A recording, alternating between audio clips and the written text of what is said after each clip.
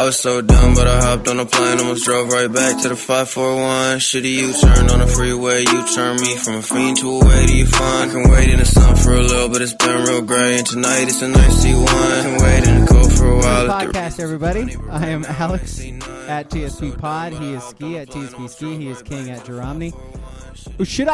Should we keep, like, when are we going to stop giving out the Twitter handles? I mean, serious question. Let's keep giving out mine. Okay. I haven't tweeted for a while, but you haven't been on it in a while, right? Yeah. Yeah. 10 days. I still use it for promotional purposes. It's weird because, like, what are we gonna do for news if Twitter's not like? I found out like 20 minutes ago that Dark Brandon expanded the student loan forgiveness period. Hey, let's go. I should have known that like 8 hours ago if I was on Twitter. That evil bastard for giving student loan money. What a jackass. Yeah, fuck him. All right, so welcome to the podcast. This week's movie podcast, by the way, that you can hear on Sunday. It is still Nickvember. And so the movie was my movie this week, and it was Season of the Witch, 2011 banger that is currently on Hulu. So if you want to, we chose only quality Nick Cage movies for Nickvember. So if you want to listen to us talk about that, do so on Sunday. Let's see. Got our list coming up. Got our trivia coming up. Got a fantasy football breakdown coming up. Got some lines coming up. Where should we start? Do we want to do a quick recap? I know if you missed it on Saturday after Oregon's win against Utah, we sort of broke it down, gave our thoughts on it. But is there anything you can think of that we missed maybe that we should talk about? So we were all, I don't know, kind of negative, I guess. Is that the right way to put it? We were about the game. I was thinking about that afterwards too. We should probably give the defense some credit, right? Right. Like I do feel good for Bennett Williams because that boy got toasted the week before twice and it lost him the game. Pac-12 Defensive Player of the Week this week, Bennett Williams. But also, looking back, I just watched one of those 75% of those Pac-12 Network 60 on 60 or whatever they call it replays. And while I think Kenny Dillingham was still dumb for that reverse with Ty Thompson to open up the second half. There's no but. As a whole, he was dumb. Yes, but as a whole, maybe I should have given him more credit for game planning a guy that couldn't run when they were kind of game planning. If you read some of the tea leaves on, the sport, the recruiting sites or whatever, like 247 and all that they were kind of planning for it to be Ty Thompson. I don't know. Oregon was or Utah was? Oregon was. Yeah. So it sounds I think it was a true game time decision for Knicks. Yeah. Like I said, they had a plan for it was going to be Ty Thompson in there the whole game. And I should know this. This is bad on me. I know Forsythe didn't play. Did Walk play? Walk played center. Played center. He's the only. It was Jackson Powers Johnson who went down. Okay. When was the last time you ever saw a left-handed center in your whole life? Sounds made up. Ryan Walk was a left-handed center in that game. That game was all sorts of weird, man. And you're right. We should give more credit to Oregon because the defense. So first of all, let's not get out of hand with the defense. Just based on the fact that how much Utah has owned Oregon the last couple of years and how ugly last year was. And not only did they beat them, but they beat them with defense. They got 3 picks off Rising. They held Thomas to 55 yards rushing. Thomas beasted them last year. Kincaid, 99 yards was it on 11 catches? That's great. That's great. It just is. And then the fact that you mentioned it, you're throwing Bo Nix out there on one leg. The dude can't run. The dude is stationary in the pocket. Whenever anybody got near him or he had to run away, he fell on the ground because he couldn't do it. The guy could not run. So the fact that Oregon's offensive line gave him enough time to complete any throws was amazing. And the fact that they were able to do the things they did on offense with that was amazing. I still take a one-legged Bo Nix over Ty Thompson in a heartbeat. But man, it was credit where it's due, man. Utah has dominated Oregon recently. So they can only do this because of how good the offensive line has been all year, though. True. Like if this line has been struggling at all, there's no way you could have played Nix. There's just no way, because like you said, he could get to his drop, he could take his drop step and plant and throw, and that was about it. He's Matt Ryan back there, like getting sacked 8 times a game. That's what he turns into if Oregon's O-line doesn't play the way they do. Yep. Hey, Tom Brady's played 2 decades with that style of quarterbacking, so it can work. And we kind of talked about how like Ty Thompson is kind of just like, well, we don't want him to be a starter, right? But we have acknowledged that he has some bad luck stuff to him. And I was thinking about it, and I was like, you want to know who Ty Thompson is? He's the guy that you go camping with, and it's not his fault. It is not his fault. Falls in the fire. A guy in a yellow rain slicker with a hook and greasy long hair shows up and kills you all. Ty Thompson is the guy you sit next to want to play. It's not his fault, but he's there. You fly into the North Tower. Ty Thompson is the guy you're on a boat with. It's not his fault. It is not his fault. No, but man. There is a killer shark in the New England area eating people. It's not his fault. What's the movie? What's the movie series where it's just catastrophe after catastrophe? That like Final Destination. Final Destination. Yeah, Ty Thompson is Final Destination. You're going on a road trip, TS, up at the Tacoma Dome with Ty Thompson. It's not his fault, but you want to know what? That log truck, the chain broke. You're dead. He just happened to be behind it. He's not driving the lumber truck. He didn't secure the lumber truck. You're just with him. Bad shit follows Ty Thompson, and I hope he transfers to ASU, and him and Kenny Dillingham can work sweet music. But it ain't happening here. It is not happening here, and I feel bad. I genuinely do. No, like I said, he could be a great quarterback. He can never be a great quarterback here because of this. It's for whatever. It's like what Bo Nix dealt with in Auburn. No, it's Tyler Shuck.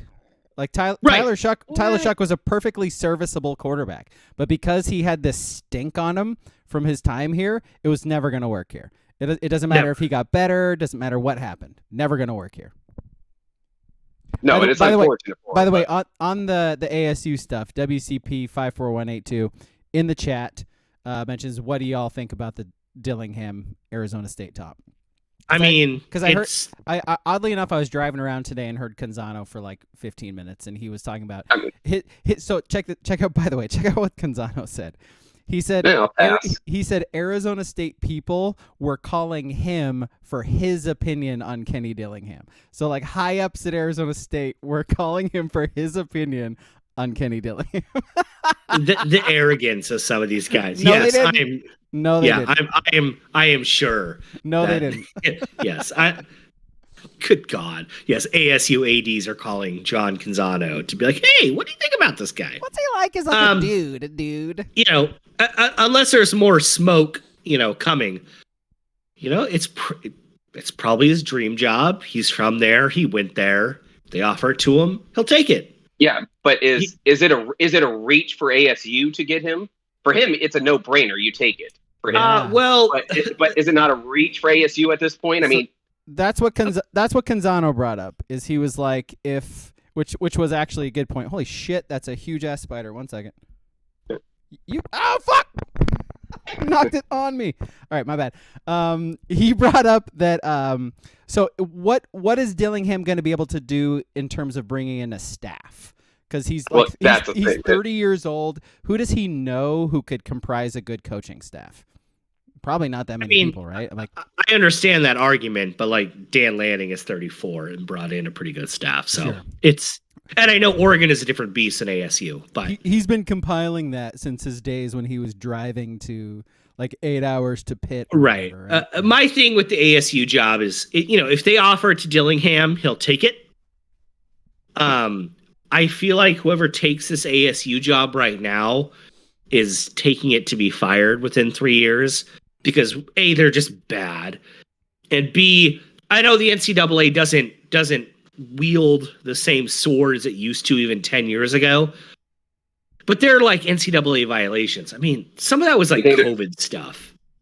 You know what I mean? And I feel like they'll be a little more punitive with it just because it was COVID related. And maybe we're far enough removed from the pandemic to where they won't.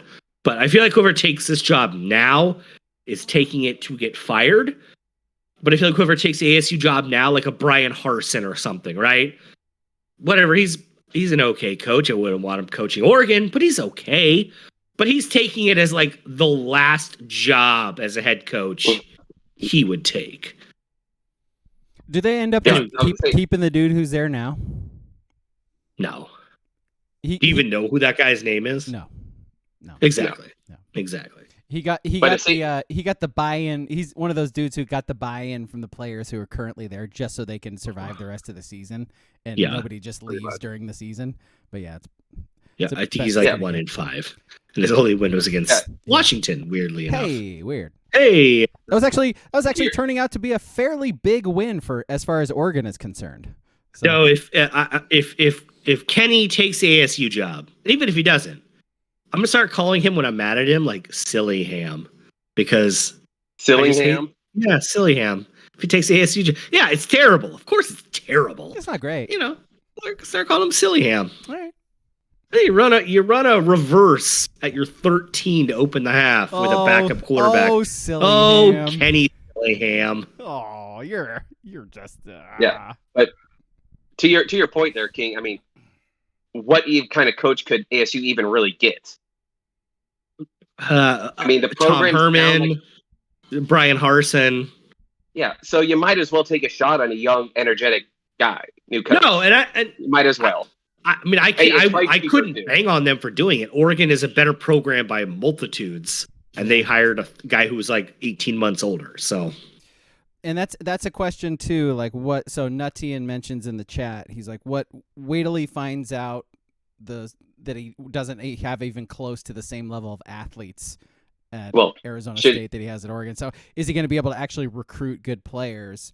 That's what you're paying for. If you're hiring a new guy and a young guy, is you're paying for the the skill as an offensive coordinator and a play caller, but mostly your appeal to 18 and 19-year-olds and being able to get them to go to your program.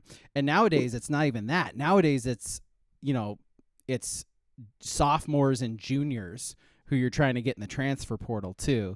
Like, are you going to be able to sell them, like NIL deals to be able to go play in Dillingham's offense, I mean, I feel like Dillingham is a guy who would recruit well on offense, just regardless. Yeah. No idea about defense. I mean, he's playing on a team without a defense this year right now. So, he's the next Lincoln Riley, is what you're saying. No, like I know that we're kind of joking, but young coaches are, they're even the NFL hires guys that are 33 now. So who cares? One of them just won a Super Bowl last year against another guy who was the same age. The age thing, I don't think it really matters anymore, but I could be wrong. And I don't think the offensive defense matters either, because look at Lanning. He's supposed to be a defensive guy. Defenses have been not great this year. Let's put it that way. So. He looked like he was calling plays on Saturday, and defense looked a little better. A little bit better. But somehow, didn't Tosh somehow get coordinator of the week in the Pac-12? You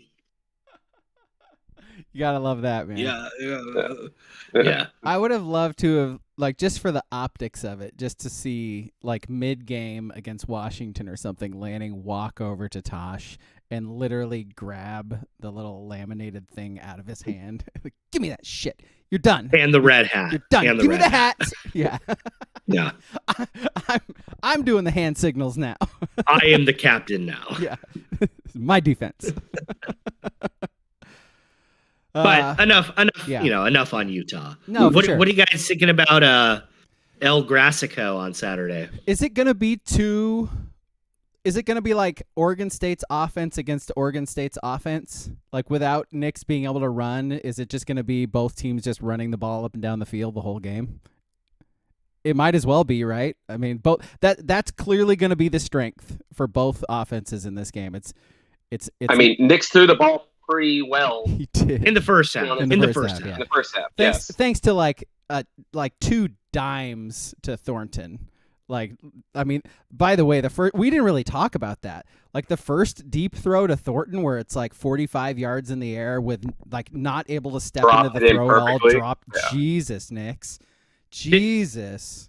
Did Thornton have one of like the weirdest games ever? Yes. Where he had those 2 like great catches. Like 160 yards. Where the fuck? He had that, the shit fumble on the Thompson thing. And then he probably He maybe alligator armed that one pass in the end zone that could have been I don't want to say should have, but could have been a touchdown where he was just like, I want to expose my ribs. Yeah, so he fumbled the Thompson one. He also fumbled the one where he's trying to get extra yards. And that's right. That was him too. That was the worst one. Yeah. And for a guy who's allegedly on transfer watch, boy, he's lucky they won that game because. Now that guy has ASU and Dillingham goes there written all over him. Him and Ty Thompson are going to kill in Tempe. It's a all 3 of those guys. Man. Yep. So I was looking. Cardwell as well. On Sunday, I fell into like this trap. That's a good where offense, people were by the way. Talking about Thornton being, this transfer candidate. I guess his dad or brother or something said someone weird on Twitter. I was like, he's only got 23 catches at Oregon in a year plus. Who cares? I was like, oh, but he also averages like 23 yards a catch. They're all big. Yeah. Maybe they should keep that guy. Keep throwing to him.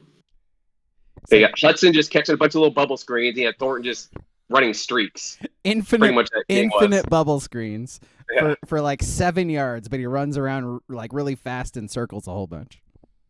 But I that first Thornton fumble, that was the extreme like Madden. When you do too many juke moves, it just like auto fumbles you when you get hit.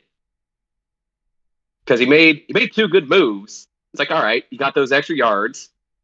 Then he tried to make that third one and kind of swung the ball out wide and lost it. But God, I can't tell if he has good hands or bad hands. Because you have 2 fumbles and you catch a bomb. Are they good or bad? Who knows? Yeah.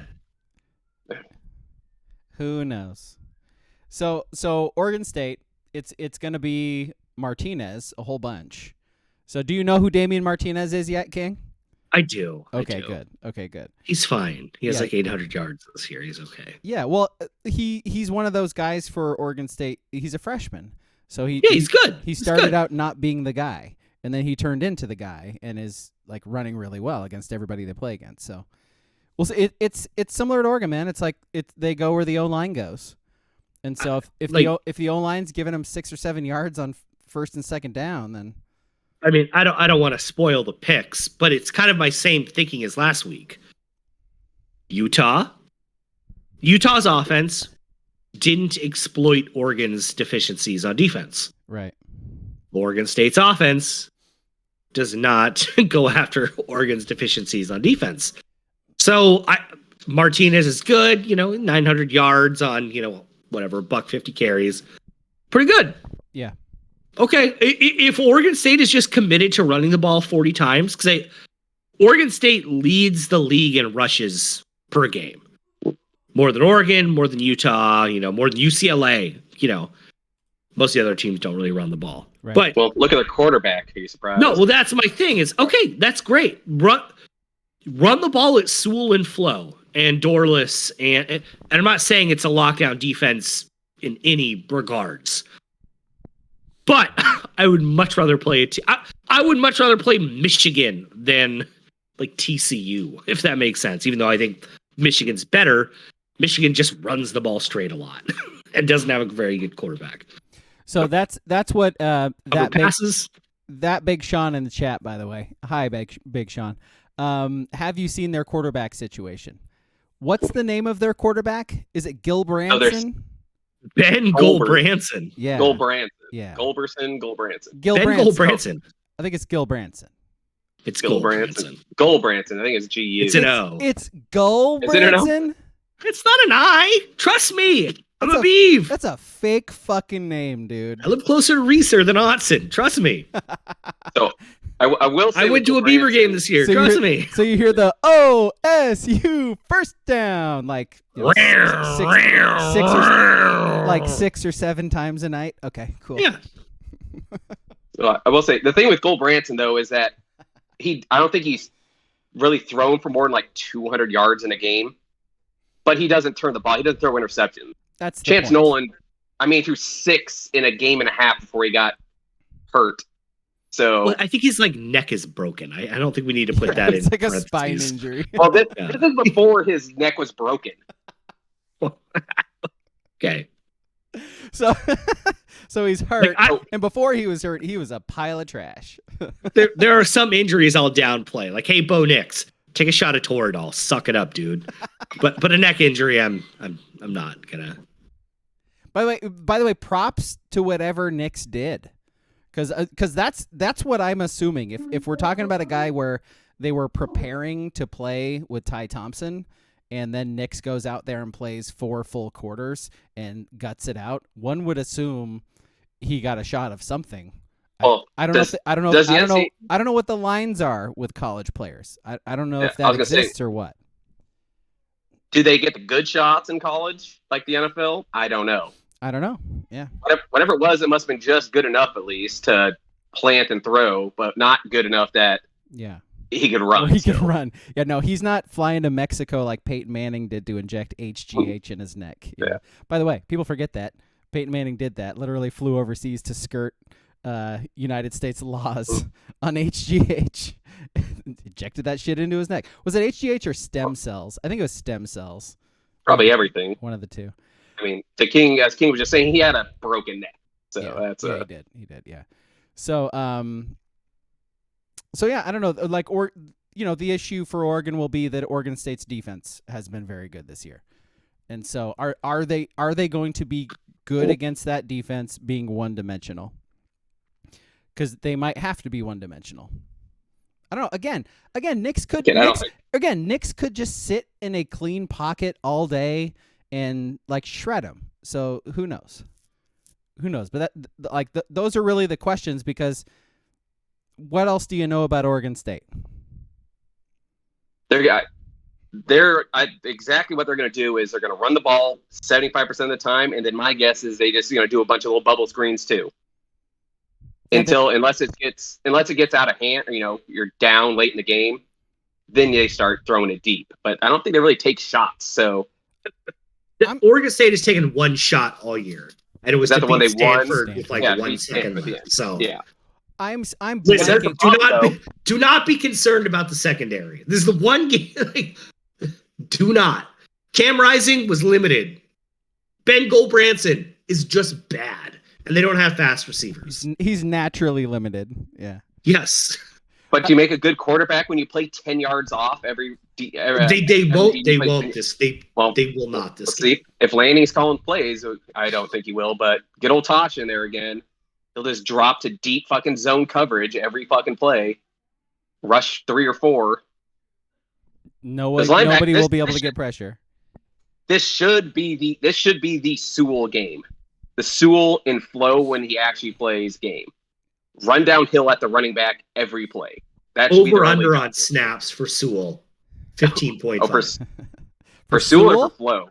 I mean for Flowe. Yeah. Flowe. I was gonna say we need to stop talking about Flowe. Like Flowe is a 3rd string linebacker on this team. It's time. Like, we're going into the last game of the regular season. We need to stop talking about Justin Flowe. Justin Flowe is a social construct at this point. He is. No, he absolutely is. He is a construct of Twitter and Instagram.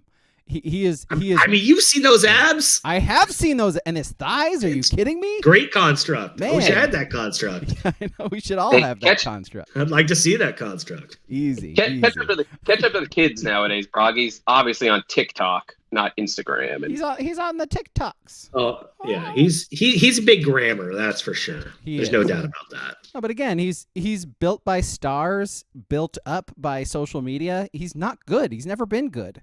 So we need to stop. He talking had that about one him. game against Fresno. That one quarter against Fresno, you mean? He was good against Fresno. He had like 10 tackles in a quarter. That's right. Okay, fair. He was good against Fresno. It was smoky out, and he could still cut through the smoke and see the plays. Kalen DeBoer was drawing up. Where was that 2 weekends ago? Jesus. So no, but this is his game, though. I'm saying this is his game. Flowe's a bit. Game against Patriots. Flowe is a bit. Oh, I thought you said he was a bitch, and I was like, I don't want any part. Never of that. No. Never that. Nope. I don't need that. All right. I don't need that kind of smoke. No, thank It's a you. lot of smoke. Yeah. Don't want it. Oh, Don't need it. So, Can't do it. You won't do it. so you're saying the Beavers are going to run the ball the whole game, and that Knicks could still be hurt, and the Ducks are going to run the ball the whole game. Yeah. So over under's 58 then. I'm going over.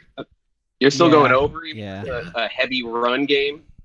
Is it going to be rainy? It's supposed to start raining this weekend, ain't it?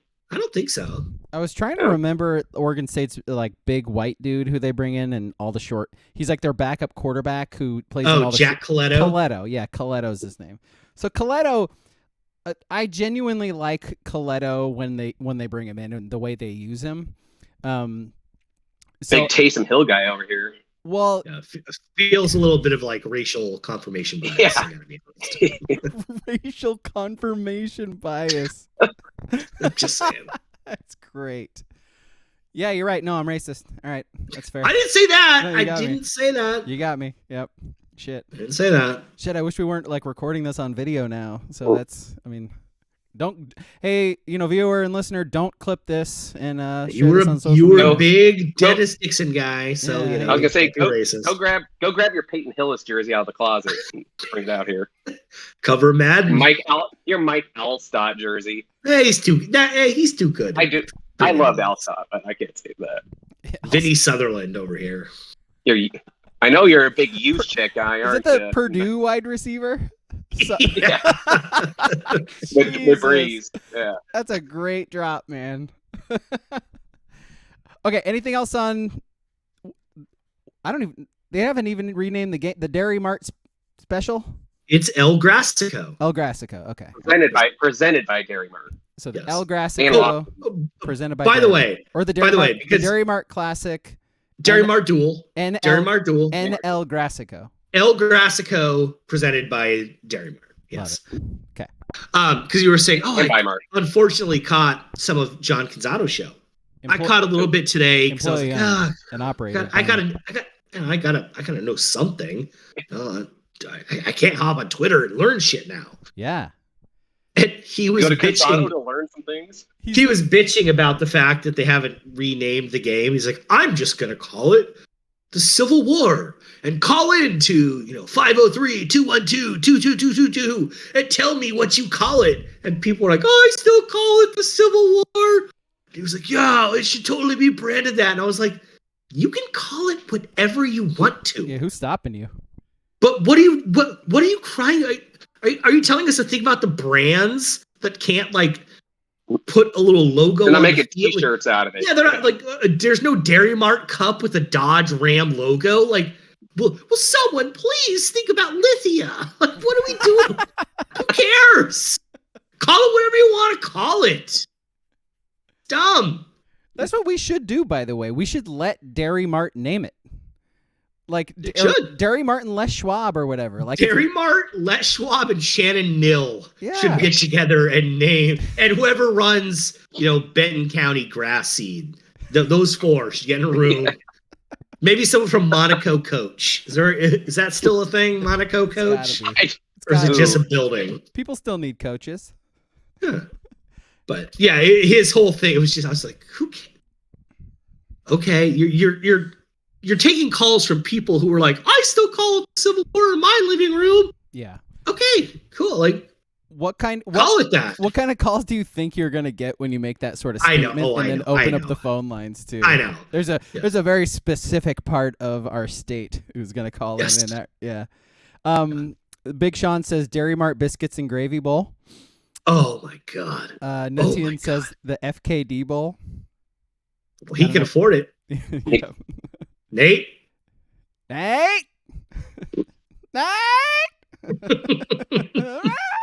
Put those naming rights on there. By the way, at Dromney, if you want to sponsor the podcast, I'm just saying, get in his DMs. Yeah. Oh God. By the way, Big Sean asked if you officially quit Twitter. No, I'll be back on. Okay. Just taking a little bit of a break and realizing how much I don't know now that I'm not on Twitter. I'm so far behind on news. Yeah. I don't know anything. It's so hard. That was I'll be back. So you'll remember. Big Sean might remember this too. He does. Him and Lana Pete. When I had my personal profile about 10 or so years ago and then got rid of it for a really long time, I really didn't miss it. So you guys might find, all of you people leaving Twitter, that after a few weeks, you're like, man, that kind of sucked. It's pretty toxic. like you do Twitter well. So it's very toxic. You know exactly what you're doing, but man, for most everybody on there is a real piece of garbage. And so. I know we're going back into 10 plus years ago. Yeah. But you were made quite the villain from Lana Pete, and then 2 years later, she turned into quite the villain. No comment. Yeah. But the person she turned into a villain turned into a villain too. So maybe there are no villains in this world. Or everybody's a villain. Ooh. Everyone's a villain. Oh my God. What did we just... Man, are we getting Is there a Batman line or something about villains that we should? Where's Damus? Rattle off a villain line. Yeah, fucking hey, Damus. I invited Damus into our Discord. That fucker's not in there. What an asshole. We don't do movies well enough. Man. So pretty much what it. Yeah. We're all villains, Batman. I was born in the darkness. You're simply visiting. Bruce Wayne. I was born into the tweet bot. Yeah. You merely adopted the native app. All right, let's talk about something else. No, I do find it very convenient that you take your little hiatus here, King, right when it's Chiefs Chargers this last Sunday. You soft. Soft. Who won the game? I knew it. That was exactly how I smoking on that Chargers pack, baby. That Herbert pack. Ha ha ha. Actually, guys, that was the most standard Chargers Chiefs game there was. That was the exact script to that game. That game was so funny because Herbert, scores a touchdown to go ahead with 50 seconds left. Great drive, great throw. And when the Chiefs got the ball back, I was like, they're probably going to score. And they did. And then the Chargers get the ball back. And this is my one Justin Herbert criticism. He gets real mechanical sometimes in really bad situations. So when they sacked him on that first play, I went, okay, game's over. Which, by the way, he ran into that sack too. He ran into it. And I went, okay, game's over. He is not. Yeah. And then the next play, he just throws, it was tipped, but it was off schedule and it looked shitty and it never was going to work. It's my one Justin Herbert criticism. Is he a top 10 quarterback? Absolutely. Fringe of the top 5? Maybe, but definitely top 10. If Patrick Mahomes died tomorrow and they got Herbert, I'd be happy. That's the thing. I don't think he does well off schedule. Clean pocket, one of the best quarterbacks ever. He's beautiful. Clean pocket, on schedule, feet set, shoulder set. Gorgeous. You get him off kilter a little bit, it just doesn't look the same. Sorry. And that's what I said after the game. I was like, he can't can't hang with Mahomes. And that's not necessarily a really bad thing. That's not an indictment on Justin Herbert. I'm just saying if you're going against the best quarterback in the NFL, it's hard. It's a hard existence being in that division. He plays him twice a year. It's going to be his whole career, by the way, unless he goes somewhere else. Like it's going to be difficult. He's going to have that 1 year where he's like, will he ever be able to top Patrick Mahomes? Like, do you know how hard it was for me to not log into Twitter Sunday night? I bet. I was like, just download it on the phone again. It just takes 2 clicks. I'll be there in 90 seconds. I resisted. It's called growth. Personal growth, baby.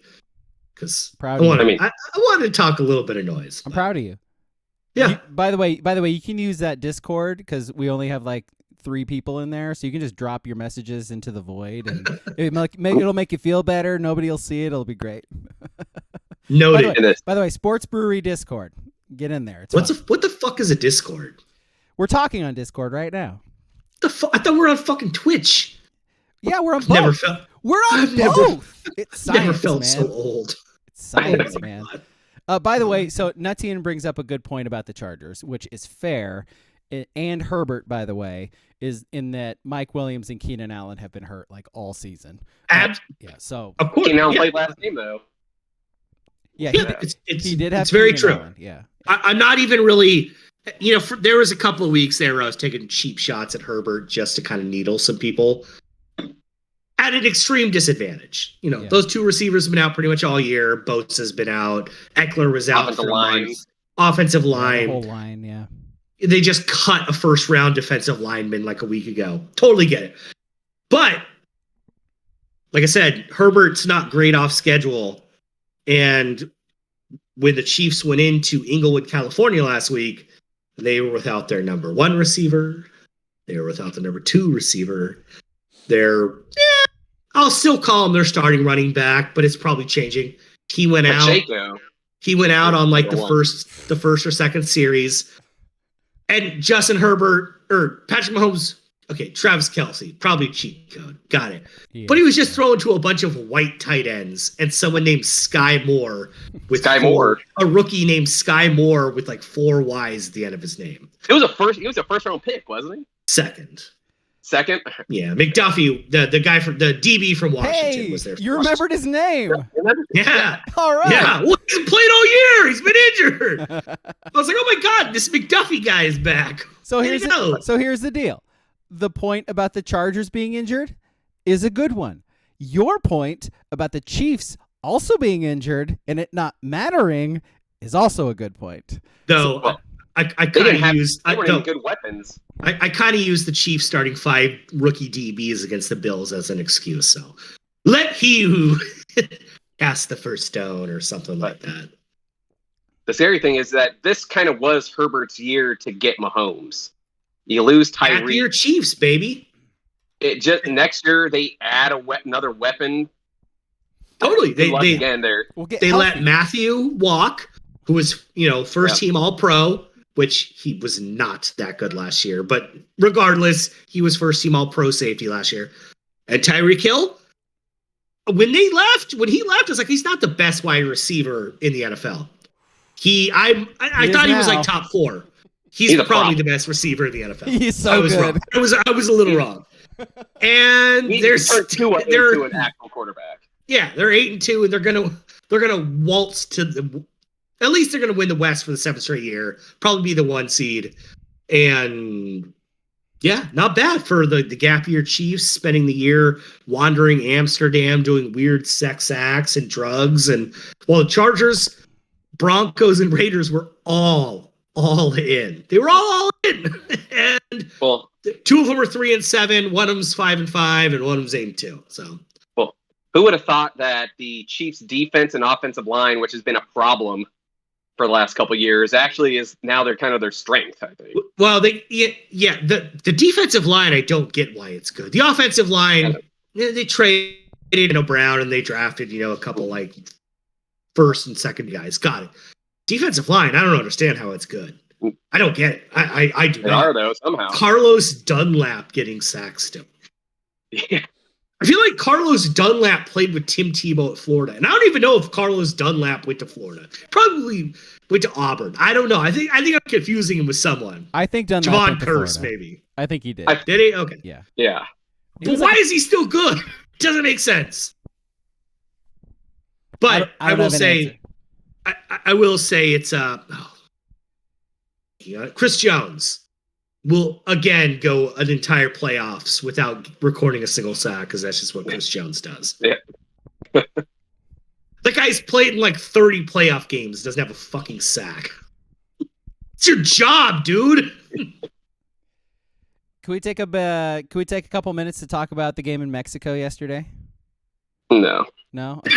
All right. That's fine. No. All right, so let's talk about Oregon basketball instead. How about that? No, actually, I love how the that Cardinals run game coordinator or whatever got fired, and the rumors were instantly that he stopped in Tijuana to do cocaine and have sex with hookers. And if anyone has ever looked at a map, Tijuana and Mexico City, really far away. Yeah, that's like being like, what? I'm in Los Angeles. Instead of going to Las Vegas, I'm going to go to Vancouver, BC before going to Las Vegas. Detour. Partied in Vancouver on my way to Vegas. Yeah. No. I will let you say, though, Braga, that throw it out because they were playing the Cardinals, and they are just an absolute fucking train wreck. No, I like this. You guys talk about my team. This is good. I'll just listen. I will give you that. This was the most well-rounded, exactly what you have been hoping for Niners offense since you guys have had Jimmy G. I mean, they're going to be tough in the playoffs if they stay healthy and Jimmy G doesn't throw interceptions. That's it. Stay healthy. That was their problem early in the season. That's how they lost to Atlanta. That's how they lost to the Bears because they're banged up. If they can stay healthy, this offense is going to be really, really hard to stop. And by the way, like they still have nobody on their defensive line. Like Bosa is the only healthy, consistent guy on their defensive line. Eric Armstead's been out for like over a month at this point, and he is by far their best interior defensive lineman. And they don't have him, and their team still can't run against him. Who put like 45 on the 49ers in Santa Clara at Bugle Boys Arena like 2 weeks ago? Your team? You're damn right, baby. Yeah. No. Racist chant, tomahawk, yeah. Yeah, no, your team is much better. Yeah, we are. Hey, yeah, we're going to play really that game. Who won that tough, gritty game at Lucas Oil Stadium there? Oh, no. I was driving back from Pullman. Didn't watch it. Never happened. Didn't happen.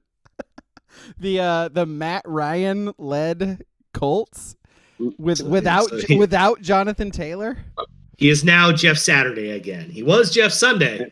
He's now Jeff Saturday. He's back to Jeff Saturday. Back to Saturday. God, how do you blow that game? Yeah, the whole mystique going. You beat the Eagles there, man.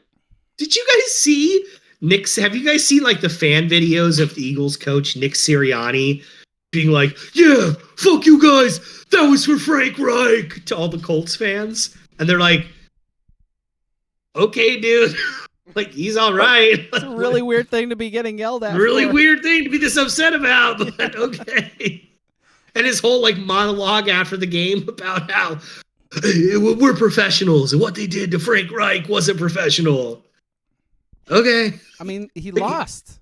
He's a fine coach. Like, he'll get another job. Frank Reich fucking sucks. He's okay. It's not like they fired Bill Belichick. What are we doing? Let's put it that way. Nick Sirianni. Like, what's going on here?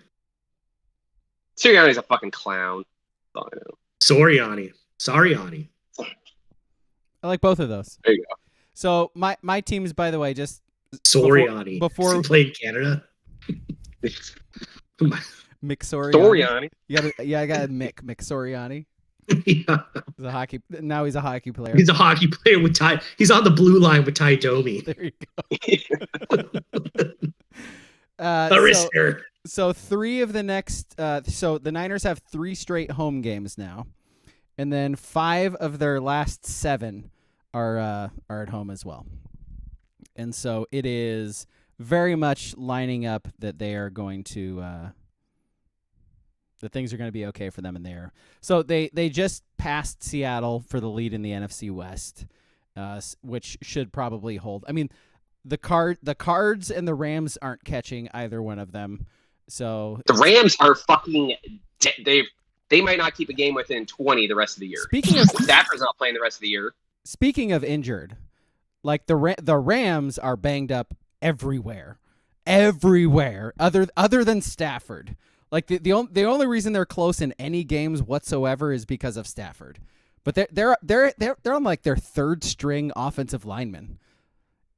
I feel so bad. I think they've cut both their running back. They cut Darrell Henderson today. They wait. Nuttian says they waived Justin Hollins. And Justin Hollins, yeah. Whoa! They waived like 3 guys today. I thought Hollins was like producing for them. I mean, also the only time I ever watch the Rams is when they play San Francisco, and their defense doesn't play very well. So. Have you guys found it interesting that your view a little bit? Yeah. Have you guys find it interesting that you're not hearing too much about Stafford getting 2 concussions in like 2 weeks? When Tua, are you claiming racism? I'll say bias, a little bias. Yeah, well, are you saying that they don't care about the white brain, but they care about the Hawaiian brain? Like, yeah, I mean, is that what's going on? I mean, Ski, it's racial. This is good racism, bias. then, right? Ski, this is good racism. Ski, it's racial bias. So there you go. Racial bias. Let the white brain die. Okay, I can agree with that. I'm fine with that. You're on board with that? Yeah, I'm on board with that. I remember 2016. I remember January 6th. Let the white brain die. I'm okay with it. I've been to the end zones at Autzen Stadium. Let the white brain die. Ski, I think the west end zone. The other end zone's fine. Ski, the one with the big scoreboard's fine. What King's rant? I'm good. King can finish that rant off there. Right. Too hot to touch. Hey, let's too hot. Hey, you guys, hey, you guys want to talk about Lane Kiffin? Let's say it's a sideways move for Lane, I think. Yeah. So he gets fired quicker. Unless it's a shit ton more money, but I don't think it could be that much more. I was thinking like, unless he's already plowed through all the fucking, housewives and single moms in the area. So I was thinking like, Ole Miss is kind of a really good fit for Kiffin, isn't it? I mean, it's SEC. There's still enough pressure. Like, the fan base is still really into it, like to where they care. You can win 9 games in a season and it would still be considered a success. Like if you're going to Auburn and you're winning 8 or 9 games in a year, like if you do that enough, they're going to fire you. Like at Ole Miss, I feel like they're not going to do that. And it's still high-level SEC, so I don't know. Yeah. Auburn seems like a weird fit for Kiffin. Oh. Speaking of weird fits, he should go to LSU with his other place. Is this where you're going to talk about his dong outline picture, King? No, but I did see that. It's no Dong Lanning, but that was definitely a dick pic. Speaking of weird fits. Yeah, I was like, all right, bud, you went a little bit of like a half hard on. I gotcha. Like, good for you, but you're not fooling anyone. All right, Joey Freshwater. In those gray sweatpants. Yeah. But did you guys see that Colorado has inquired into Deion Sanders? Colorado? I did. Yeah. That does not seem like a fit at all. But I also don't know where Deion's going to fit, because with that Barstool stuff, and listen, I'm not a big Barstool guy, but it's not even really about them. Like, let's just say Oregon. They're never going to allow Deion to do the Barstool stuff because they want to make money off the content. They're not just giving content away for free. Yeah, that's crazy. And a lot of big schools, Colorado might be a school that's okay with it because they just finally want to win. But like, do you see Oregon being like, hey, Deion, come in here with your Barstool stuff, right? And after every game, there will be a post-game show, Barstool show, hosted by Jack Mehoff and like Cervix Killer. Like, because that's just a Barstool thing. Like, most schools aren't doing that. And I don't know if Deion's a great coach. It's not even really my point. He deserves to move up from Jackson State for sure. But Colorado just seems like a weird fit for him. It doesn't seem like it works. The branding isn't a good fit. No, that's and I don't know and I've heard him say fairly recently that he will probably eventually take a bigger job and it won't change his lifestyle, but it'll change his assistant coach's lifestyle. So maybe at that point he would break off from Barstool and not do it, but I don't know. It just seems like it's just odd to me. I don't know. I think he shuts it down if he gets a big time gig. He should. And I could see maybe a school like Vanderbilt. He is not going to Vanderbilt. Vandy. That man is smarter than that. Hey, Vanderbilt's won 5 games this year, by the way. Put some respect on the Commodore's name. Go Commies. That's what I'm saying. He'll jump in, bump that up to 8 or 9. I mean, he's not moving next to Clay Travis either. Like, let's be honest. But like I said, I don't know where else he would go then, because he's going to want to stay. I think if he can't stay in Florida, he's going to want to go into the SEC. But there are only so many kinds of schools in the SEC you could actually get a job at. The SEC is the only fit for his brand. Like again, some of the ACC schools, again, Deion is a brand. Like I said, if he can't get the Florida schools there in the ACC. ACC, okay, yeah. ACC is a perfect fit. I think depending on the SEC school, that's SEC might be too high profile for him right now. But I think you're right. I think ACC is sort of the perfect fit. But if you're Vanderbilt, that's what you want. You've been the drag of the conference for 20 years. Put some respect on Clark Lee's name, head coach of the 5-6 Vanderbilt Commodores. No, but I mean, could you guys see Deion in the Big Ten? No, God. Iowa. No. Iowa. No, you can never. Wisconsin. Big Ten. Minnesota. Big Ten. Notre Dame. Big 12. Absolutely. Northwestern. Yeah, no. I could see him in the California schools in the Pac-12, but I guess I would say the Pac-10 with 2 California schools coming up. But what do you think? You think he's going to go to Cal and replace Wilcox? You think Deion Sanders is going to be recruiting high-level football to Berkeley? That's what you're saying. By the way, I remember reading. I remember reading in the summer that Deion Sanders had surgery on his foot, had a bad infection and something. I didn't realize until 2 weeks ago, he had 2 toes amputated. Jesus. Yeah, he was on his big toe and the next toe. He was on the walker thing or whatever. And when you watch him walk or run onto the field, boy, the big toe seems really important. It is. Yeah. Yeah. It's like a thumb, what separates us. What about your school, King? What do you think about him at Miz? Missouri, God. Deion. Jesus Christ. They just signed Elijah Drinkwitz a contract extension 2 weeks ago after he lost by 30. Also. Yeah, he's terrible. He's awful. I don't know what Mizzou was doing. I did see Washington just extended DeBoer as well. God. What's so funny about that is... Wait. What was his contract before? Did he only have a 2 or 3 year deal? Just instantly extending a first-time coach? Pretty much. No, but when you're a poverty school like Washington and you get a lucky win against Oregon, what are you going to do? You got to extend them. No, they add a year onto it and give him a raise. The point is to give him a raise because he exceeded expectations in his first year. Nutian says Arizona State for Deion. That would work. That would work. Agreed. Him and Ty Thompson. I'd say Arizona if it was open. Oh, Fish. No. He's not going to Tucson. You ever been to Tucson? Fish ain't going. Deion ain't going to Tucson. Yeah. Deion is going to live in Scottsdale and just do things big. Speaking about the white brain, stay out of Tucson. All right. So top 4 announced. Georgia, Ohio State, Michigan, TCU, LSU with 2 losses ahead of USC. So now we've seen USC. We've watched games that they should have lost but did not. LSU ahead at USC? Committee. They can do whatever they want, and they will.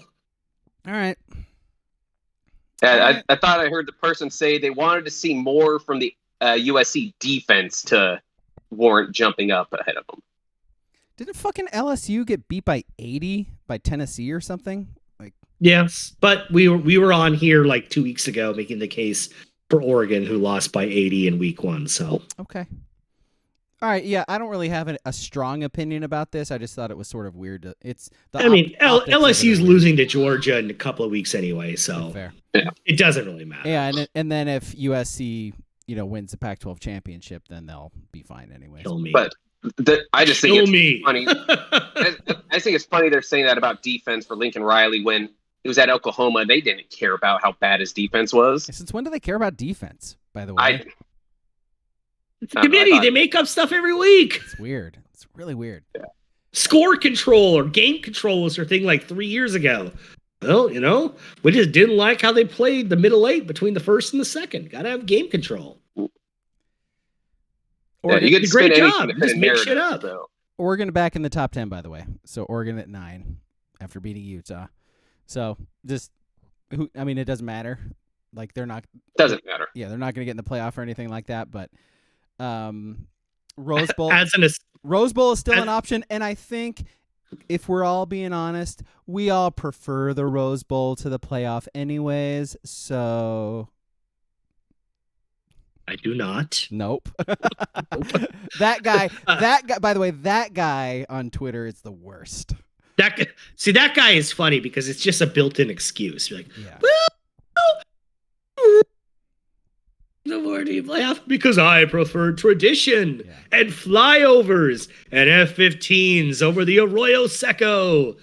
I'd rather be in the playoff. And really big featureless stadiums. Yeah. So today I was listening to the Audible podcast. You know what that is? Stuart Mandel, Bruce Feldman. Oh, okay. Okay. And they start off. I listened to like 10 minutes and then I got sidetracked. Didn't listen to the rest. So maybe they corrected it. And they were talking about like this. And then they spent like 8 minutes on USC and UCLA just gushing about the game. It was a fun game. I'm not going to say it wasn't. It was, yeah. And then they get to, and we had another, top 10 matchup between, number 12 Utah and number 10 Oregon or whatever, 12 Oregon and 10 Utah, whatever it was. And they were like, yeah, that game was pretty bad to watch, and Bo Nix wasn't good. Moving on. What? Well, you spent 6 seconds on it, shitting on it, and you just moved on to Toledo versus Northwestern or whatever the hell. You guys are from the West Coast. Oh my God. Yeah, I'm not saying it was the most artistic game in the world, but if that's an SEC game, 10 versus 12, quarterback on a gimpy leg, oh my God, people are gushing about it. I'm sure there was 45-minute talks about the Michigan State-Illinois game. Oh yeah, after that, okay, I'm done. I don't need to hear. That's all they're gonna spend on, that game. Okay, no context, no, Cam Rising's a little hurt. Bo Nix can't walk. Okay, all right, cool. That's the box score breakdown. Good job, guys. Good job. They didn't watch any of it. They looked at the box score, saw Bo Nix threw 1 touchdown, threw 1 interception, under 300 yards. Didn't run. One of them anything. lives in Palo Alto. The other lives in Los Angeles. Watch the game. Honestly, yeah. 2 top 15 teams, guys. I can figure it out. Okay, so before we get to lines, should we have any takes on the World Cup? World Cup started. Beyond the fact that I do. Beyond all the human rights violations and the fact that they shouldn't be playing the World Cup in the country they're currently playing it in. Okay. I will echo, I think his name is Sid Chichero. Mm-hmm. Big soccer voice in Canada. Right. Lionel Messi, fraud. Leo Messi is a fraud. He's a fraud. Fraudulent scenes. Absolute fraud. They lose to the Saudis today? The Saudis! Oh, boy. Saudis. Oh. They lose to the Saudis! Messi's one of those like weird conundrums with the World Cup, too. Because he's clearly, one of the best players in the history of soccer. But Argentina sucks and has always sucked. Like, they are bad. Like, they've never been good. It's the weirdest thing. You can have the best player in the world, and if the rest of your team sucks, you're still going to lose. And that's Argentina, man. It's crazy. Wasn't Gareth Bale one of the Bale. best players for like 10 years, and this is their first World Cup in like 70 years. 50, yeah. Wales hasn't been in for 50 years. That's crazy. Wales. Wales. The United States can't beat Wales. The United States can't beat a country with less people than Los Angeles. And we're talking moral victory. We are such a shithole soccer country. We're so bad. We're so bad. Throw Inter Miami in there. Throw the NYCFC Red Bulls. We are stuck at soccer on the men's side. Women's side, got it. Though with the caveat that like 90% of the world, women can't even vote. So, it's a little bit like John Wooden's Bruins, back in the day. But the women have been a struggle fest lately too. Yeah, they're bad now too. Yeah. So but I was trying to still give them their just desserts. They have won World Cups, which helps. Yes, and then when's the last time the U.S. won a World Cup game? Ghana. I think the last time they were in the World Cup, they made the knockout round, didn't they? Did they get? Sure. They got the rematch win against Ghana because they always lose to Ghana. Exactly. But when you were watching the game, the match, sorry. So they have to win one and draw on another. They have to do at least that to be able to advance. Oh, they're getting bounced. Yeah. They are losing to England. So here's what they have to do. They have to draw England and they have to beat Iran. And England's going to beat them by 4 goals. Don't they just have to not lose to England by as much as Wales loses to England? Yes, it's going to be goal differential. But then you have to you have to beat Iran too. So I mean, they'll if you can't beat Iran, they'll beat Iran. They'll beat Iran. Are you convincing yourself? I mean, you know me. I believe. Oh, I believe that. No. I believe that we will win. No. I believe that we will win. I believe that we might draw. I believe that we might draw. I believe we're losing, and yeah, we're done. Yeah. It was nice to. Where's Landon Donovan when you need him? He's announcing on Fox. Where's Josie Altidore? Josie Altidore, I'm very curious about. Yeah. Where's Kobe something? Kobe Jones. Kobe Jones. Yep. I don't think. Where's Tony Miola? Where is Tony Miola when you need him on a penalty kick? Where's Bella or a BK, Caroli, as they call it? Wait, is Bella Caroli is that a different sport? I forget. I was gonna say Freddie Adu because he's probably still only like 27. God, that guy, man, what a bust. Yep. All right. Anything else? Anything else before we get to your fantasy football breakdown? What time is the match on Friday? I think they're all 11 o'clock. Yep. 11 o'clock? 11 o'clock local time. Who are name 3 players on England? Harry Kane.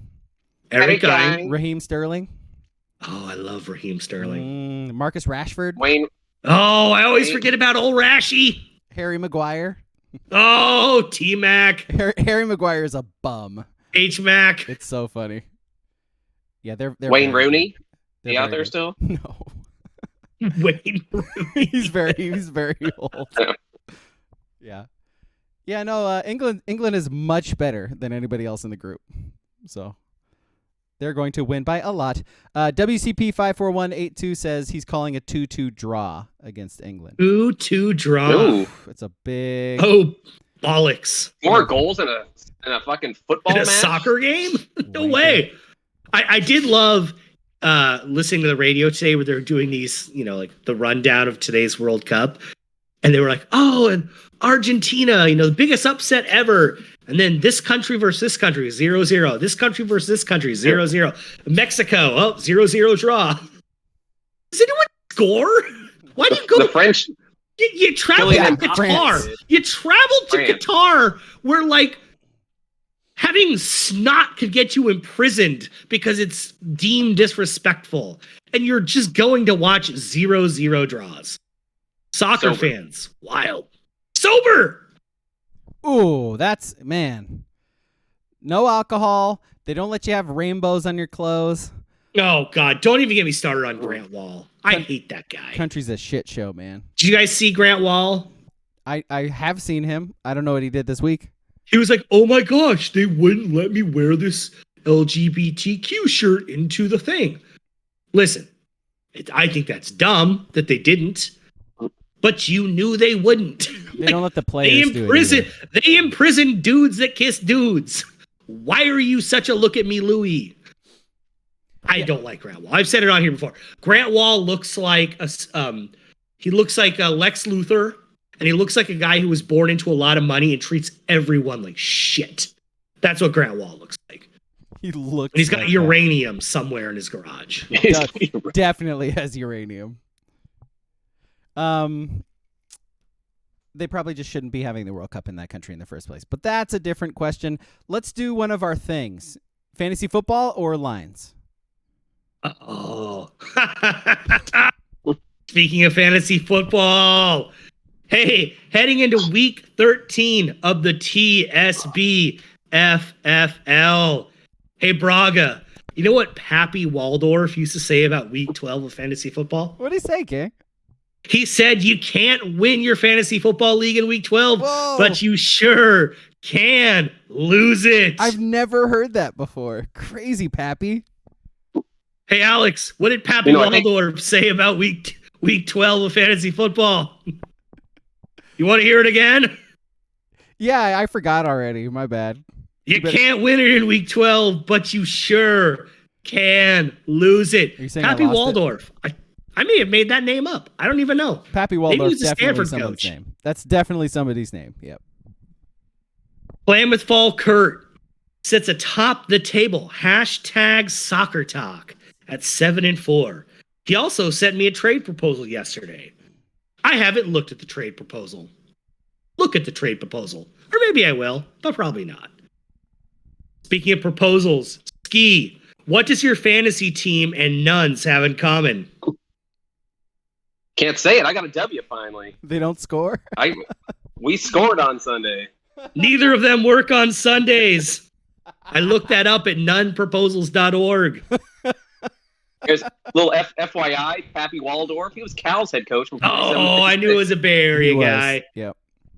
Hey, Kyler Murray, thanks for nothing. I hope you enjoyed the nice tacos in Mexico City. Speaking of nothing, if you remove the T, H, I, and G, you're left with just N-U-N. Hey, Ski, what does your team have in common with Nuns? Neither of them work on Sundays. And because it's a Tuesday, I didn't have a lot of time. Those are your TSBFFL updates. Didn't have a lot of time. And Didn't have a lot of time. You did the same lines three times. That's awesome. All right, speaking of lines, let's do lines. Or let's not, because I don't want to hear about it. Why? You should. You actually... Did I have a good week? This is your week. This is your week this week. All right, guys. You were 6-2. Damn right I was. Okay. Don't call it a comeback. Been here for years. Well, I think you're almost mathematically eliminated, but you were 6-2. Me and King were 3-5. I'm still in the lead with 69 points. Nice. King's in second with 67. You have 62. You're only 7 back now, so you sweep this week. I think I've hit you got a chance. I think I've hit like 4 star picks in a row or something. It's crazy. I don't get any points, but I hit my star picks every week. Yeah. You are 7-5 on your star pick, so about 500. Let's go. Wins. Just like my overall record. Right. So, first game, we have a Territorial Cup. We got ASU going to Arizona. Arizona 4.5 point favorites. Give me the Cats. Yeah. Yeah, rawr. My cat. Meow. Cats and fish. What a mix. Arizona. Give me Arizona as well. ASU's their dead program right now. Give me them cats. All right, interesting line here. UCLA going to Cal. UCLA only 10.5 point favorites. What do they know that we don't know? I'm going to say Cal. I saw DTR crying. I think UCLA still wins. # my Bruins. But give me Cal with the points. Did that USC loss last week just kind of... finish them off, or You know what Christopher Columbus used to say about losing a rivalry game? Takes the wind out of your sails. for that, give me UCLA. The Nina, the Pinta, and the Santa Maria. Rough sailing. Santa Maria, Southern California city. Maybe. I don't know. Probably Means not. a whale's vagina. Who do you got here, Brian? Oh, do I have to pick? Who do you? Oh, Yes. I was like, what are you waiting for? You're just going to let that line sit? UCLA. All right, man, I don't know what to do here. We have Utah going to Colorado. Cam Rising is a 29.5-point favorite. Give me the Utes. Come on. It's Colorado. Yeah. Utah. John Denver ain't around to help the old Buffs. I said I was gonna take star pick against Colorado. I'm taking Colorado. No. Give me Colorado. Time for our comeback. I think what USC did to UCLA, I think we did that to Utah this last week. I think they're just done. Hey, Alex. So, what did Christopher Columbus say about losing a close game? Doesn't work on Sundays. Did he? Huh. Look it up. By the way, WCP on Twitch says Cam FTX. So you said Cam Rising wrong. Yeah. Sorry. no, all right. Cam setting. Yeah, Cam setting. That is my bad. All right. Next game we have Notre Dame. Cam FTX. Cam FTX is fucking brilliant, guys. It's fucking brilliant. So whoever came up with that on Saturday, I think it was you, WCP. Like, fucking brilliant. Props. Sorry, go ahead. Notre Dame going to USC. USC only 5.5 points. Notre Dame's on a little bit of a heater now after being so terrible to start the year. Trojans. Ooh, Trojans. Faux pas. Freudian slip with your Bruins, man. Oh, Jeez. I know. Daddy, I'm going Notre Dame. Man. Give me SC. Yeah.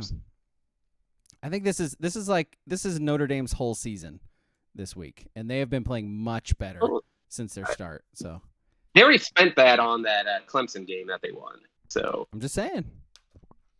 All right. Next game we have the Apple Cup. Huskies only 2.5-point favorites going to Pullman. Weird line. There's got to be some weather issue happening up there.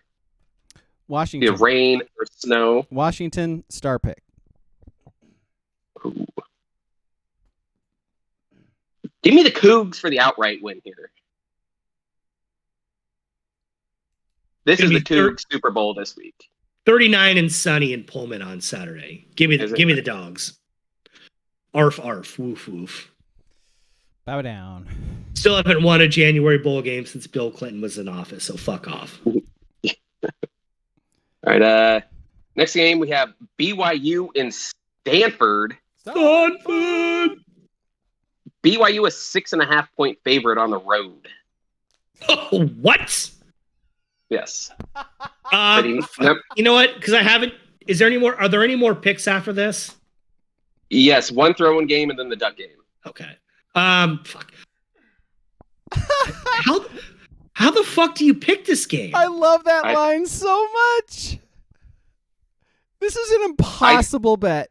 Stanford? I guess I'll go Stanford. No, I'll go. Fuck. I don't know. What? I'll go first. I will take BYU just because I think they could actually score somewhat. Stanford cannot. Can I do Can I do a push? Can I say BYU will win by 6.5? Can I do that? Can that be my pick? No. You can pick that all you want. Stanford, I guess. Stanford?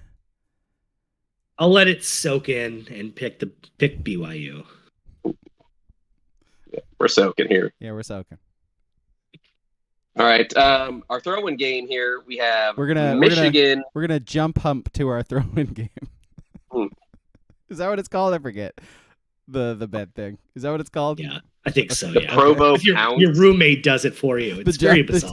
Okay, I forget. Man, it's No, been the such Provo Pounds is what it was. it's been such a long time since that's been in my vernacular. Like that whole the soaking thing. Okay, weird. But the whole roommate aiding you in it, very bizarre. Because we've all had roommates, and you were self-conscious enough when you were in another room with the door closed and locked, just from having them participate. Just what a weird culture. You're gonna actively participate. Okay. Huh. I'm sure there are little rules where they roommates need, jumping on the bed. One fell down while I got head. Is that in? I think you probably need the blindfold and like noise canceling headphones on also if you're the jumper. Yeah. Is that in like the Gospels of John Smith or whatever that song you just sang? I mean, I don't want to kink shame, but like, imagine just doing that, and watching it. It's just very odd. Yeah, put my sheet down here. Here's a question. Let's get serious, boys. Where on the bed are you jumping as the jumper? Are you behind the guy? Yes, you're by their legs. You're behind their legs. Yeah. Okay. Straddling his legs there, and well, that's the thing. And a good follow-up is we're talking about college students, right? So college students, they're generally not sleeping on king size. There's not much room there. They're in a queen max, and so their buddy's like right on him, like he's like standing over him, like he has to be. There's no room. Could this be a bunk bed situation where you kick from below, maybe? Oh, that's good. Now you're thinking outside the box, Ski. You gotta have some really strong quads to kick from below on a bunk bed. Hey, you gotta be like Kevin Durant. Yeah. Do they have special beds just for that are like raised up higher where somebody could fit underneath and do the kicking? We should move on and just be glad that there's one thing BYU is inclusive at, and it's soaking. That's true. That's true. Is it a water bed? You just come and like whap every couple minutes just to get the motion going? I don't know. All right. With a bucket and a mop. Please pick your binder back up, Ski. Please. I'm picking it back up. All right. Yeah, okay. Going back. We got Michigan going to Ohio State. Buckeyes 7.5 point favorites. Buckeyes.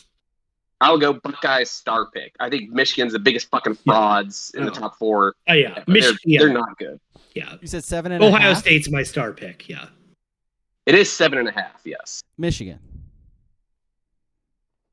I think Ohio State probably wins by 7 or 3. Fair enough. I think Michigan plays way up in this one. And Michigan's like not, their quarterback sucks. Like McCarthy sucks. Terrible. Yeah, and Corum did get banged up last week too, which does not really bode well. So I'm changing my pick to Ohio State. Never mind. I forgot Corum got hurt, so Ohio State. Never mind. I'll say I'm saying he's starting though, for whatever it's worth. Yeah. No. If Ohio State gets up by like 2 scores, I don't know how Michigan State comes back. They're not. Yeah. They're not. Yeah. All right. Well, it'd be really hard for Michigan State to come back in that game. Hey, Michigan. They're not playing.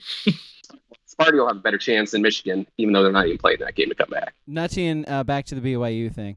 Why don't they all just buy those beds from the 70s and 80s that you put quarters into and they shake? God, you want to know what? Right. I've done some drives down to LA and stayed in some like kind of shady hotels, motels. I've never found one of those quarter bed things. Always the pay by the hour motels. Well, not that. I mean, come on, if I'm doing that. The 10-minute increment, but I've never found one of those beds. Huh. I wish. Yeah. It's got to be. I mean, like you stop in Bakersfield, don't you or Fresno? Don't you just kind of expect to find a quarter shaking bed? You know what that sounds like? This sounds like the next Fat Kid deal. See, I see that driving through Iowa. Is this a pricing error? Steal! Jig! Steal! I love those. I've bought like 3 things with those in the last like month. No, not kidding. All right. Last game we'll go here. El Grassico. Ducks are 3.5-point favorites in Reeser. Oregon. Ducks. Yeah, Oregon. Like kind of like we said last week, or I guess you could pick Ski. I'm picking Oregon as well. Like it's just kind of what we said last week with Utah, where we weren't as confident about injuries and stuff. Oregon State's quarterback just isn't gonna pressure them in a way that good quarterbacks can. And if they just want to run the ball, that I'm not saying Oregon's going to win by 27 or anything, but yeah, they're going to win. No, I'm pretty sure I feel good about it. What do you put if Nix was healthy, 100% healthy? What's this line at? Probably 13.5, maybe just under 2 touchdowns, maybe. Yeah. I don't think it's Just over that 10? high because Oregon State is ranked, so I would say it would be like 9.5. 10.5 sounds about right, honestly. The way Nick's had been playing. Yeah, that's what I'm saying. Him healthy and running, because, like I said, you could see why the running backs kind of struggled against Utah when there's 0% chance Nix was going to pull the ball. Yep. All right, let's do trivia. Who won last week? Couldn't be bothered. I think I did. I think I got it. I think you did. It was like the last one or something, right? Or am I thinking of the week before? Yeah, who cares? Yeah, I think you won it at the very end. Okay, so if you have not seen or listened before, I give one of these guys an option. I give them a question. If they don't answer it correctly, the other person gets a multiple choice with 3 options. First, best out of 10 wins. First to 5, whatever. Or best out of... yeah, okay, you get it. So we'll start with Ski then. Oregon and Oregon State have tied 0-0 6 times in the series formerly known as the Civil War. The most famous, the Toilet Bowl, was the most recent in 1983. 16 turnovers and 4 missed field goals in that game, despite there being a total of 583 yards between the two teams. After the game, Oregon State's board voted to fire head coach Joe Avezzano. Oregon's coach was safe. Who was Oregon's coach in that game? 1983, Oregon head coach.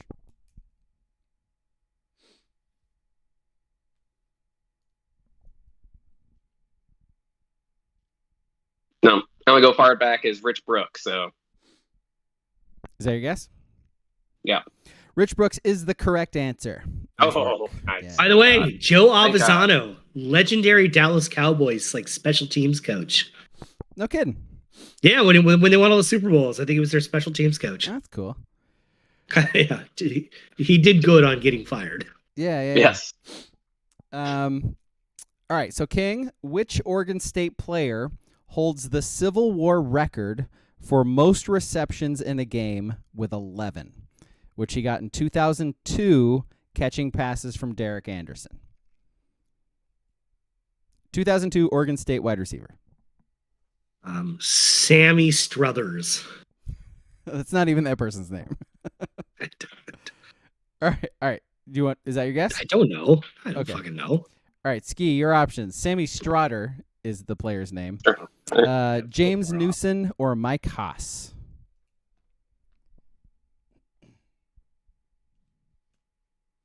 I'll say Newsom. Ski is 2 for 2. Nice guess, man. Yeah, James Newson was very good on that Oregon State team. These 2 questions were very unbalanced, just let me say. James Newsom. Let's see. All right, here's a maybe a tough one for Ski. This gold medal winner from Medford is famous for inventing the current style every high jumper on earth uses today.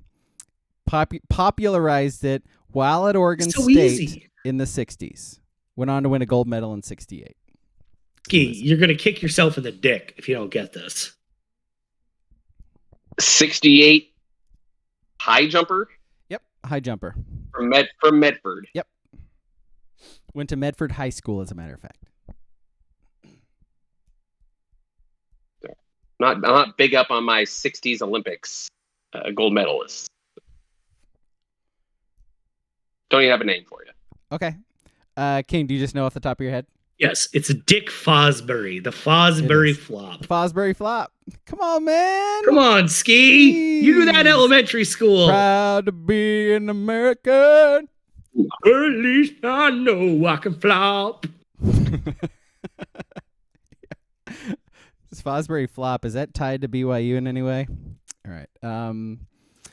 King, who is Oregon State's all-time leader in total offense, passing yards, and passing touchdowns? Because the world is dark and gross and corrupt, I'll just say Derek Anderson. That is incorrect. Oh. Ski, do you know it? I'm pretty sure it's Mannion. It is Mannion, yes. Yeah, Sean Mannion had a whole bunch of yards. Oh, he's a compiler. I mean, yes. He played all 4 years too. Yeah. For sure. Yeah. No, you're absolutely right. There's no argument. All right, so this one goes back to Ski. Who is Oregon State's only number 1 draft pick ever?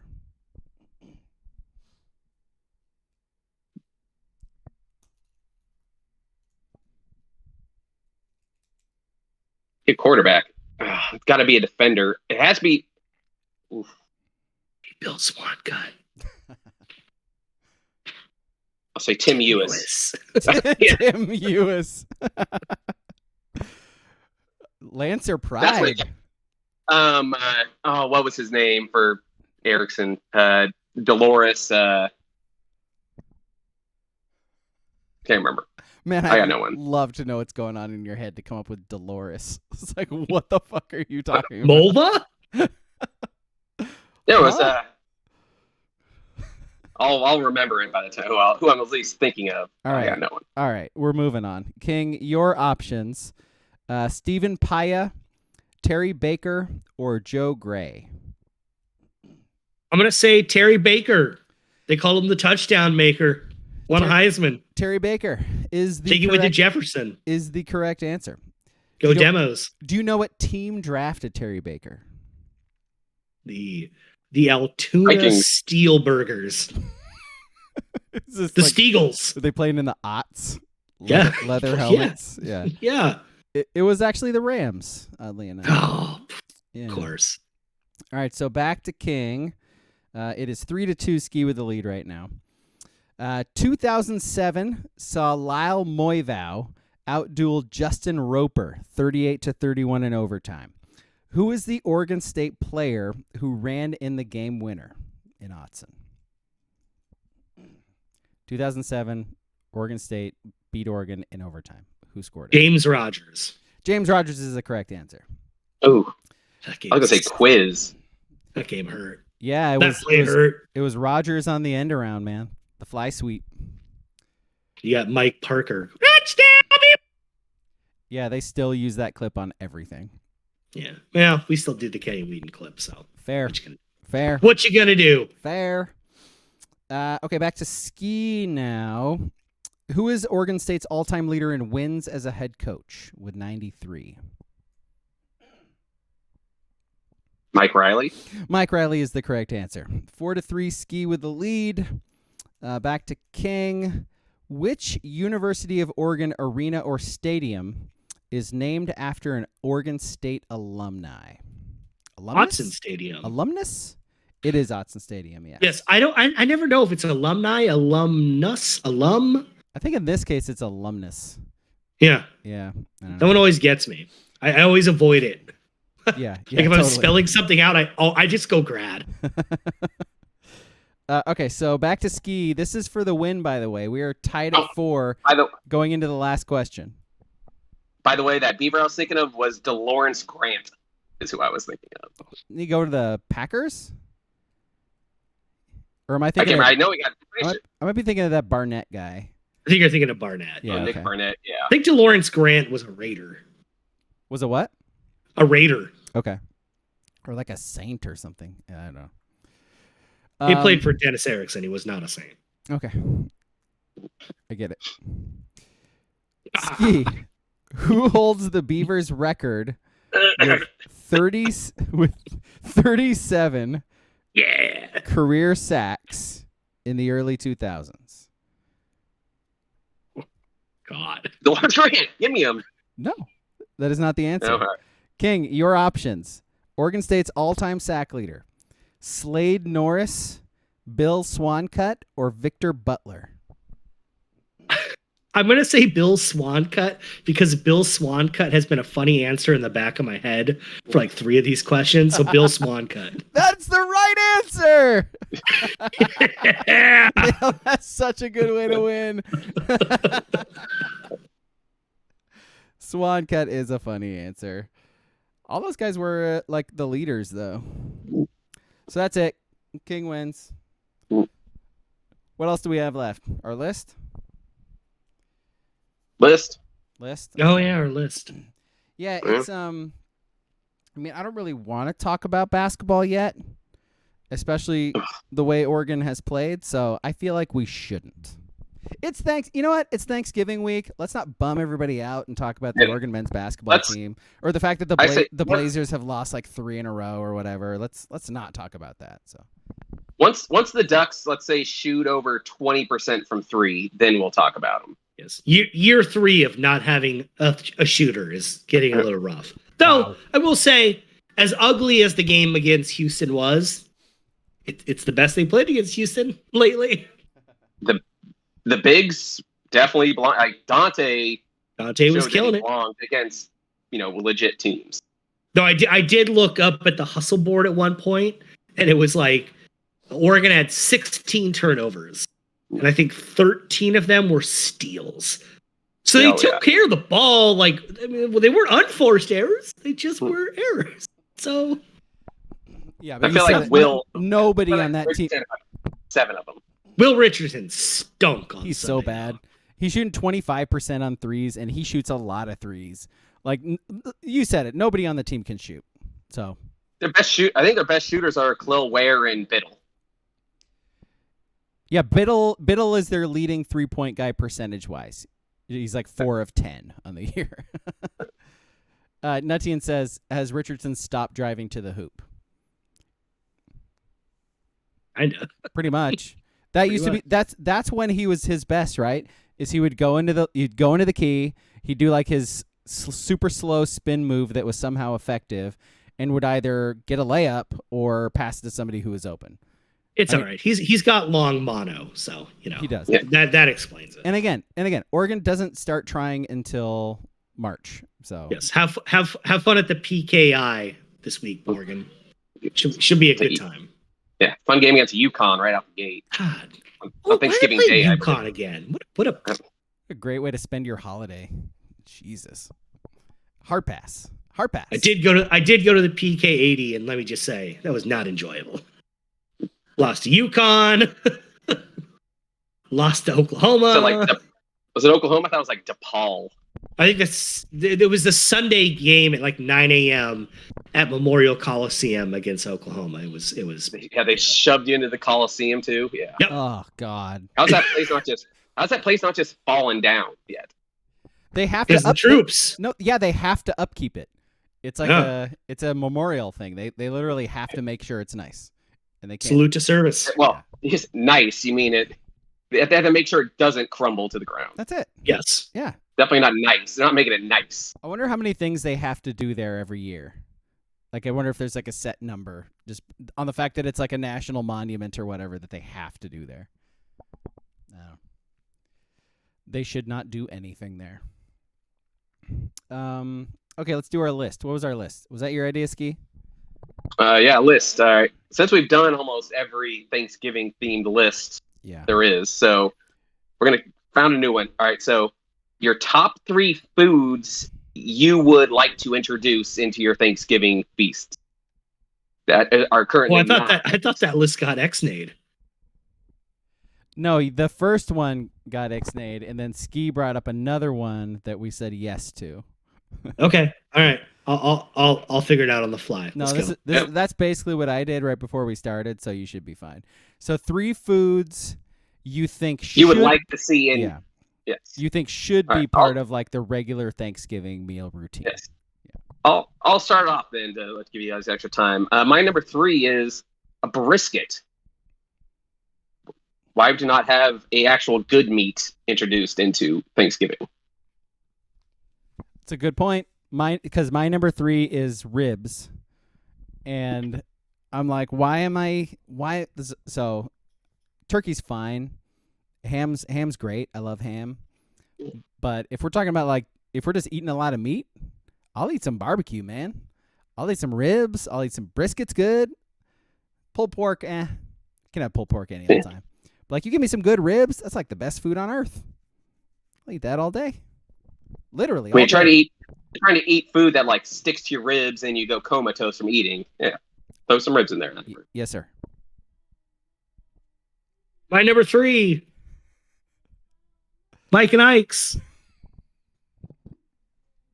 You doing your Halloween list? I'll never tell.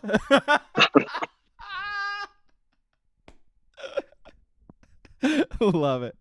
All right, what's your 2, Ski? All right, I'll go. My number 2. How about a pumpkin curry? You already got a bunch of weird kind of slop-looking food on your plate.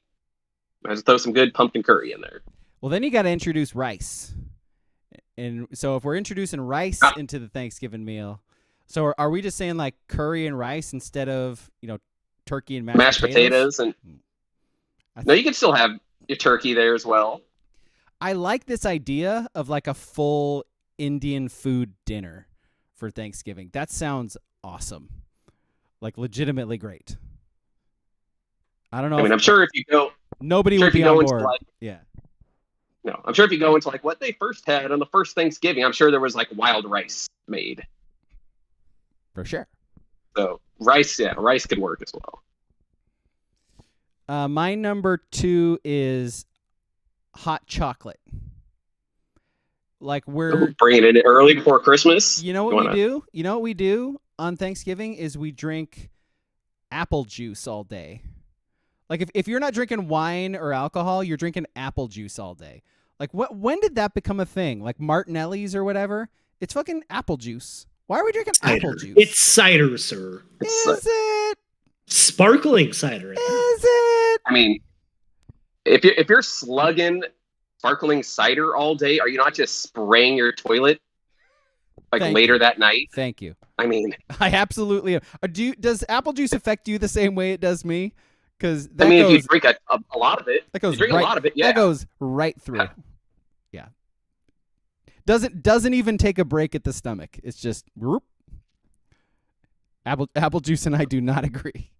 Yeah, and then mix in a huge meal on top of it. That's got to be a fun time. I'm saying hot chocolate would be great. I don't know if hot chocolate would be great with a big hot dinner. I'm just saying you introduce it when you're done instead of your coffee or whatever you have. Hot chocolate.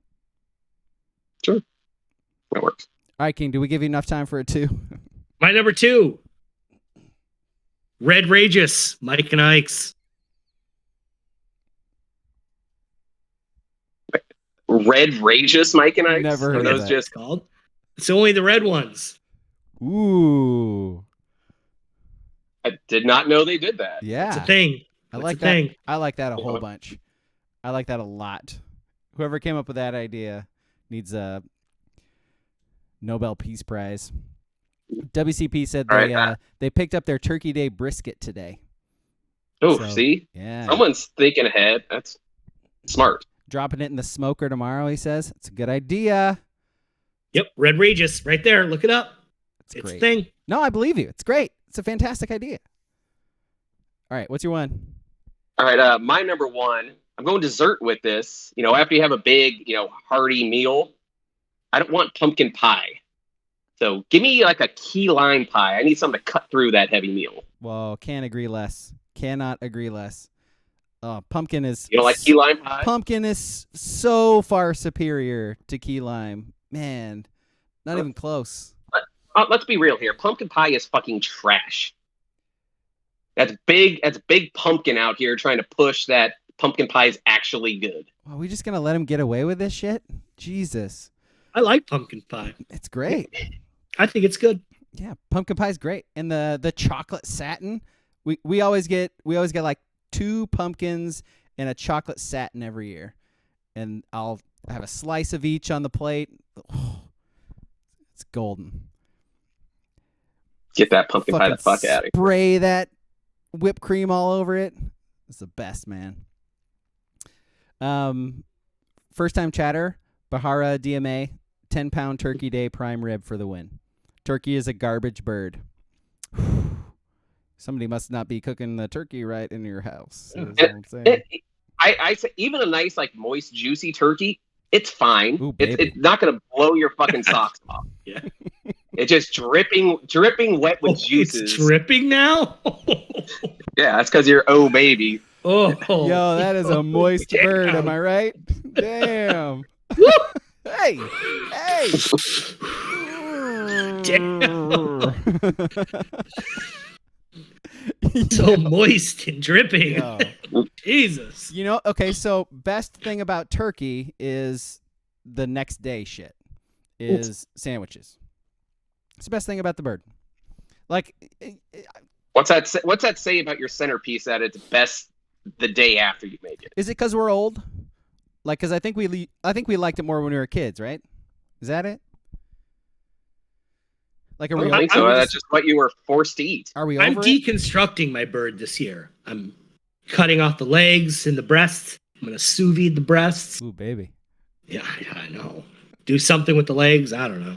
Yeah, we got to stop talking about this bird. Are you I'm gonna have to go in another room here real quick. Just Are you saying. gonna inject something into those breasts while you sous vide it? You know it. Yeah. You know it. Got a nice little salty brine. I'm gonna base that bird. You know. Face that bird. Oh shit! Oh, is it my turn? Yeah. My number 1 is breakfast food. What do you think of that? Get some waffles. Get some waffles and some bacon. Like turkey and waffles? The chicken and waffles? Is that what you're thinking? Go! I'm talking about like wrap. So we're introducing bacon, and as we know, bacon can do a lot of things. Wrap some turkey in some bacon. Turkey, bacon, and waffles. Coma. Let's go. It's not as good as my number 1, but it's fine. Let's watch the Vikings. Let's go. Okay. I can't wait, man. What is it? My number 1. Cherry and Bub. Mike and Ike's. Discontinued in 1996. Bring it back. Oh, cowards. The OG. You coward. The OG classics. Yeah. You cowards. Cowards. Oh shit! Is that it? Are we done? Yeah, we're done. How the fuck is it 9:30 already? We've been doing this for way too long. Way too long. How did this happen? People are still watching us. You guys are great and crazy, and I love that about. I was you. like, oh yeah, we're gonna be done by like 8:42, and it's 9:30. Yeah. Okay, so thank you for listening and watching. Again, we are on Twitch. Twitch.tv/abrog87. You know that because you're watching us right now. Also the podcast, which is on Apple and everything, and listen to us there. Also post these on YouTube the next day usually because videos take a really long time to process. I don't need to tell you that, but check us out on all the things. The Sports Brewery on Discord as well. Join the Discord. We've been going back and forth all week. Ski's not on there yet because he's too scared, but get on there. It's been fun. Another place to find the pod is Ski's Hat posts our pod on Truth Social every week. He does. He does. I mean, I'm coming back to Twitter though because Elon bought it. That's your door back in. That's your open door back in, baby. Let's go. I'm back in. All right, guys. We will see you like a long time from now. Like, well, no, because we're talking too much. El Grassico. My voice hurts. El Grassico. We'll see you after El Grassico. Shut up. Okay, bye. All right, bye.